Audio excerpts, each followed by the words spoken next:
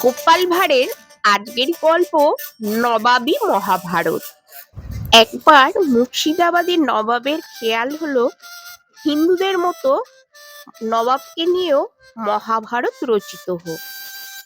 যেমনি ভাবা তেমনি মহারাজ কৃষ্ণচন্দ্রের কাছে নির্দেশ পাঠালেন, আপনাদের অর্থাৎ হিন্দুদের অনুকরণে তাকে নিয়ে একটি নতুন মহাভারত পণ্ডিতদের দিয়ে লিখে দিতে হবে 1 মাসের মধ্যে।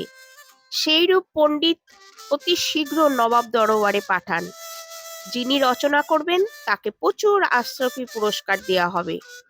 নবাবের চিঠি পেয়ে মহারাজ এমন চিন্তায় পড়লেন যে খাওয়া দাওয়া ছেড়ে দিলেন। কারণ এমন কে পণ্ডিত আছে যে সে হিন্দুদের মতো করে মহাভারত লিখে দিতে সক্ষম হবে? গোপাল রাজসভায় ঢুকতেই মহারাজকে দেখে বলল, এ হলো মহারাজ, আপনি এত চিন্তিত? কোনো সমস্যার মধ্যে আছেন মনে হচ্ছে। যা হয়েছে আমাকে খুলে বলুন মহারাজ, দেখি আপনার সমস্যার সমাধান করতে পারি কিনা। আপনি নিশ্চিন্ত মনে আমাকে সবকিছু খুলে বলুন মহারাজ, না হলে আমারও মন যে ভালো লাগে না।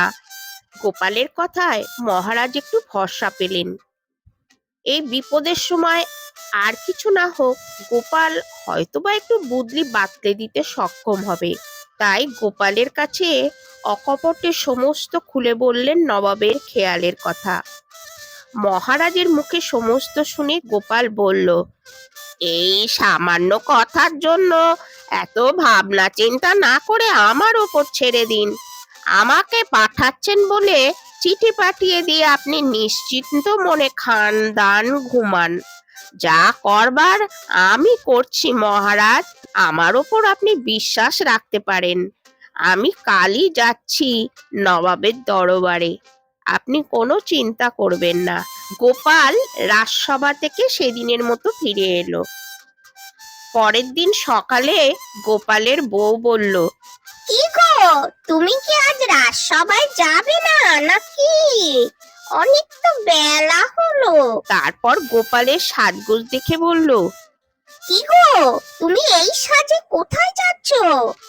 গোপাল বলল, আমি মুর্শিদাবাদ যাচ্ছি গিন্নি, ফিরতে একটু সন্ধে হয়ে যাবে, একটু দরকারি কাজ আছে। যথাসময়ে গোপাল নবাবের দরবারে গিয়ে পৌঁছলো। নবাব গোপালের সাজ পোশাক দেখে খুব খুশি হলেন। গোপাল নবাবকে কুর্নিশ করে বলল, আমাকে মহারাজ কৃষ্ণচন্দ্র পাঠিয়েছেন, আমি আপনার মহাভারত লিখে দেব। তবে আপনাকে 5,000 টাকা খরচ করতে হবে এবং 1 মাসের মতো সময় লাগবে আপনার মহাভারত তৈরি করতে। এর কম সময়ে হবে না, এর জন্য কোনো ভাবনা চিন্তা করবেন না। নবাব গোপালের কথা শুনে বললেন, পণ্ডিত মশাই, আপনাকে 5,000 কেন, আমি 10,000 টাকা দেব। আপনি যত তাড়াতাড়ি পারেন মহাভারত লিখে শেষ করুন। এই বলে গোপালকে 10,000 টাকা দিয়ে দিলেন। গোপাল 1 মাসের সময় নিয়ে মহাভারত লেখা আরম্ভ করে দিল। নবাবের ঘন ঘন তাগাদার পর 28 দিনের মাথায় নবাবের মহাভারত নিয়ে হাজির হলো গোপাল। নবাব বাহাদুর, আপনার মহাভারত লেখা প্রায় অন্তিম পর্যায়ে, খালি একটা বিষয় আটকে আছে। সেটা হচ্ছে আমাদের মহাভারতে দ্রৌপদীর পঞ্চস্বামী যুধিষ্ঠির, ভীম, অর্জুন, নকুল, সহদেব নামে খ্যাত। তো সেসব উপস্থিত সকলেই আপনারা জানেন, কিন্তু আপনার বেগম সাহেবার পঞ্চস্বামীর কি কি নাম তা তো আমার জানা নেই। আপনি বললেই লিখে দেব এবং আমার মহাভারত লেখাও সমাপ্ত হয়ে যাবে। এখন বলুন নবাব, আপনার বেগম সাহেবার পঞ্চস্বামীর নাম কি কি? নবাব বাহাদুর এ কথা শুনে তোবা তোবা করে কানে হাত দিয়ে বললেন, এ কি কথা বলছেন পণ্ডিত মশাই? আমার বেগম সাইবার কি কখনো আমি ছাড়া কোনো স্বামী থাকতে পারে? দরবারে এত লোকের সামনে এই কথা শুনে নবাব লজ্জায় একেবারে লাল হয়ে বললেন, আমার আর মহাভারতের দরকার নেই পণ্ডিত মশাই, এখন আপনি আসতে পারেন। আপনি এতদিন পরিশ্রম করেছেন, এর জন্য আপনাকে আমি আরো কিছু টাকা দিচ্ছি। আপনি কৃষ্ণনগর ফিরে যান। গোপাল ভারী খুশি হয়ে এত টাকা পুরস্কার পেয়ে মহা আনন্দে ফিরে এলো। মহারাজ কৃষ্ণচন্দ্র গোপালের মহাভারত লেখার কাহিনী শুনে খুবই আনন্দিত হলেন, আর এমন বিপদ থেকে উদ্ধার পেয়ে মনে মনে খুব আনন্দিত হলেন। গোপাল আরেক দফা পুরস্কার পেয়ে আরো আনন্দিত হলো। গোপাল ভাঁড়ের আজকের গল্প গা চাটাচাটির ব্যাপার। মহারাজ কৃষ্ণচন্দ্র অনেকদিন থেকে ভাবছিলেন গোপালকে কোনোদিন কি ঠকানো যাবে না, যদি যায় তবে কিভাবে গোপালকে জব্দ করা যায়।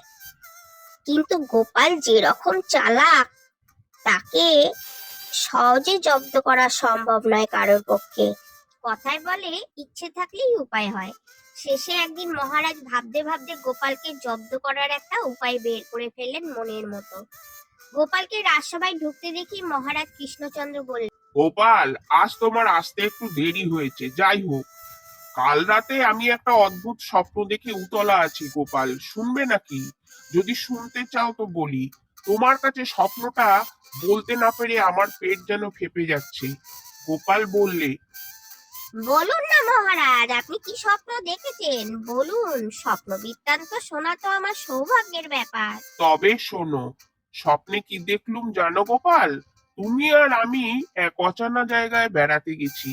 আশেপাশে কোনো লোকজন নেই, দুপাশে শুধু বিরাট দিঘি, আর মাঝখান দিয়ে পায়ে চলার পথ, তাও চওড়া নয়। একটা দিঘি ক্ষীরের আর একটা দিঘি গুয়ের। তুমি আর আমি সেই সরু পথ ধরে যাচ্ছিলুম। তুমি পা ফসকে একেবারে গুয়ের দিঘিতে গিয়ে পড়লে, আর আমি পড়লুম ক্ষীরের দিঘিতে। তারপরেই আমার ঘুমটা ভেঙে গেল। এই যে কি স্বপ্ন, আমি ঠিক বুঝতে পারলাম না। স্বপ্ন কি সত্য হয়? স্বপ্নের বিবরণ শুনে একমাত্র গোপাল ছাড়া সকলেই হো হো করে হেসে উঠল। সকলেই ভাবলে গোপাল এবার জব্দ হয়েছে। এক সভাসদ আবার ঠাট্টা করে গোপালকে জিজ্ঞেস করলো, দেখো তো বাপু, তোমার গায়ে গু লেগে আছে নাকি? এখানে বেশ নোংরা গন্ধ বেরোচ্ছে, ভালো করে ধুয়ে আসুনি মনে হয়। গোপাল মুখ বেজার করে মহারাজকে বললে, এ আশ্চর্য মহারাজ, আমিও তো এই একই স্বপ্ন দেখেছি, তবে আমার স্বপ্নে আরো কিছু আছে আর কি। অর্থাৎ আপনি ক্ষীরের আর আমি গুয়ের দিঘিতে পা ফসকে পড়ে যাই। এই স্বপ্ন বলার জন্য আমার মন আকুপাকু করছিল, কিন্তু লজ্জায় বলতে পারছিলাম না। যা দেখেছেন সঠিক, এ স্বপ্নের ভুলভ্রান্তি নেই। মহারাজ কৃষ্ণচন্দ্র উৎফুল্ল হয়ে বললেন, তাহলে বোঝো তুমিও সেই একই স্বপ্ন দেখেছো। অর্থাৎ তুমি দেখেছো যে তুমি গুয়ের দিঘিতে পা ফসকে পড়ে গেছো। কি বলো, ঠিক কি না? হ্যাঁ মহারাজ, একই স্বপ্ন একদিন আগে দেখেছি, তবে ওই যা আরো কিছু বেশি দেখেছি আমি সেদিন স্বপ্নে। মহারাজ কৃষ্ণচন্দ্র বললেন, তুমি আর কি দেখেছো বলো তোমার স্বপ্ন বৃত্তান্ত, আমার শুনতে খুব ইচ্ছে করছে।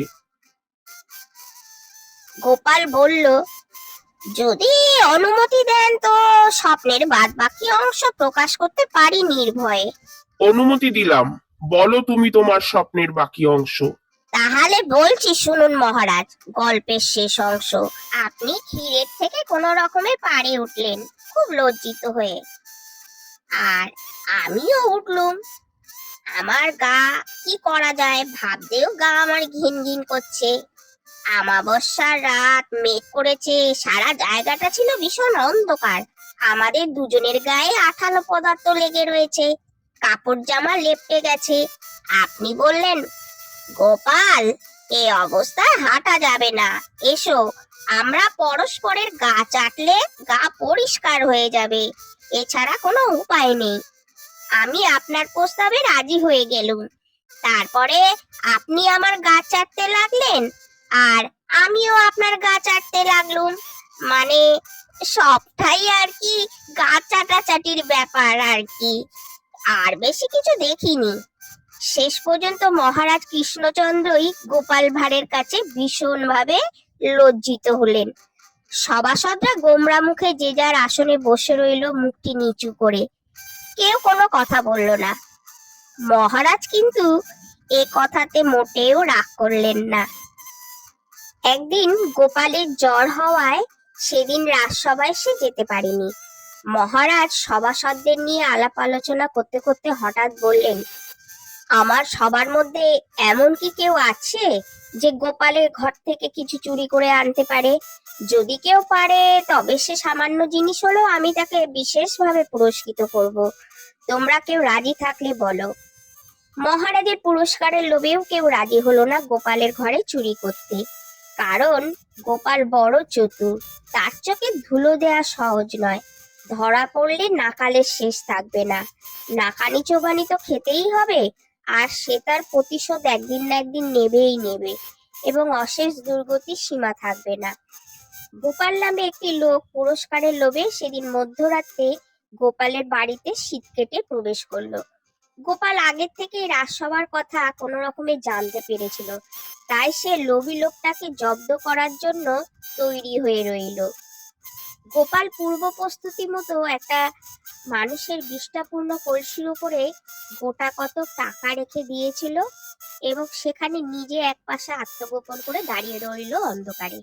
লোকটি শীত কেটে যখন ঘরের মধ্যে মাথা গলিয়ে ঢুকে দেখলো যে সামনেই একটা টাকা ভর্তি কলসি বসানো আছে, সে আর কাল বিলম্ব না করে তাই মাথায় তুলে নিয়ে মনের আনন্দে রাজবাড়ির দিকে এগোতেই গোপাল রাস্তায় তাকে ঢিল ছুঁড়ে কলসিটাকে ভেঙে দিল।